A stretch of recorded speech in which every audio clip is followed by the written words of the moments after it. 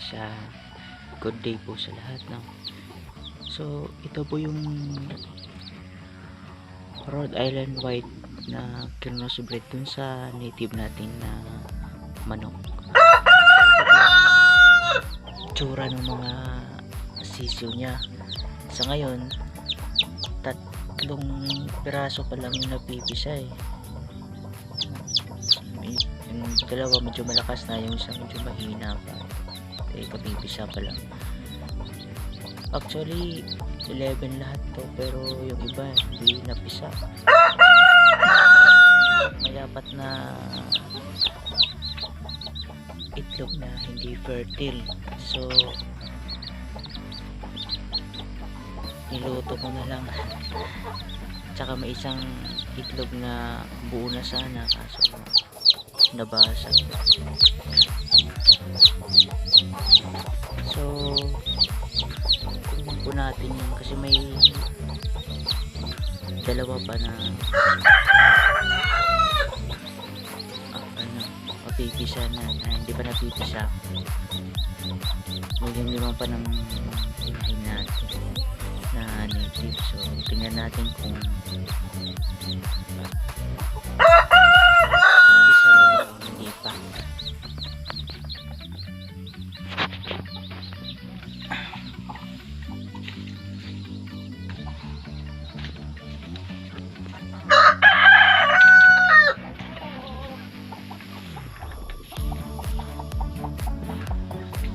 So ito guys yung inahin na native natin.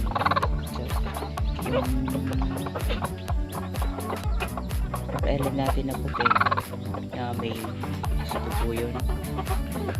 So may isa pa tayo na native na crossbred din natin. Actually may mga itlog na rin siya dyan. Dyan po.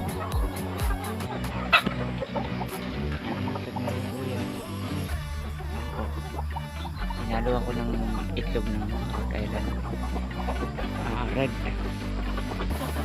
So tingnan po natin kung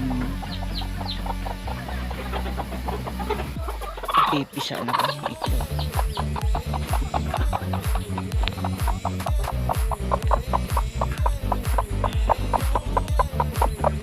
May dalawa pa rin ang matibay. Ayan, isa na po siya mga kaibigan. Ayan po siya. Kulay black. Kulay black siya. Tapos may isa pa. Mahina pa. Di open natin ito. So antayin na lang natin mga kaibigan. Sakali yung isa pa. Sayang. So balikan natin mamaya ito.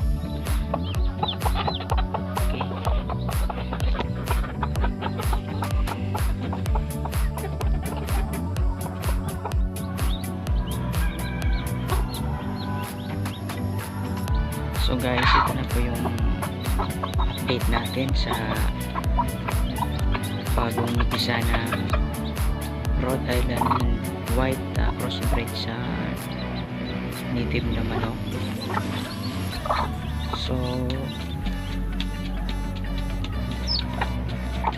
4 lang talaga silang napisa, kasi sa Genicos hindi na talaga siya mapipisa kasi bugok po yung isang itlog.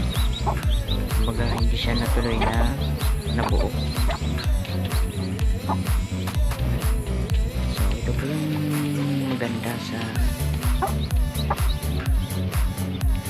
pag may native, kasi gaya niyan tinuturuan ng inahin yung mga sisiw kung paano kumain. So mas napapabilis po yung pag-ano nila sa pagkain. Pag recognize yung mga pagkain ng sisiw. Ayan, kung makikita nyo is tinuturuan niya.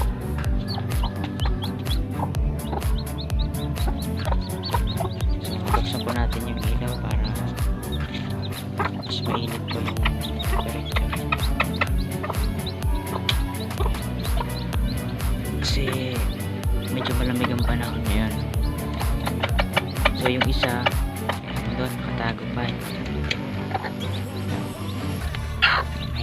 kasi siya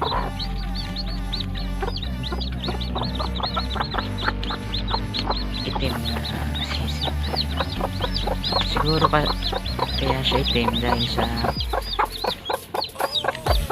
ano, sa side ng native ko, yung genetics niya dati. Siguro wala siya ganun.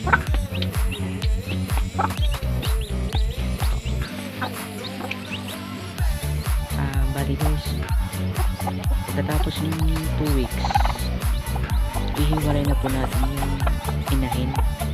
Isasama natin ulit dun sa Rhode Island White para makapag breed ulit tayo. Purpose na kaya sinasama natin dito muna siya sa brooder within 2 weeks para hindi na tayo gagamit ng kuryente, para makasave po tayo sa kuryente. Kasi within 2 weeks medyo mahaba na po yung balahibo nila, so kaya na po nila yung lamig. Yun po yung guys yung purpose, kaya dito muna yung inahin natin.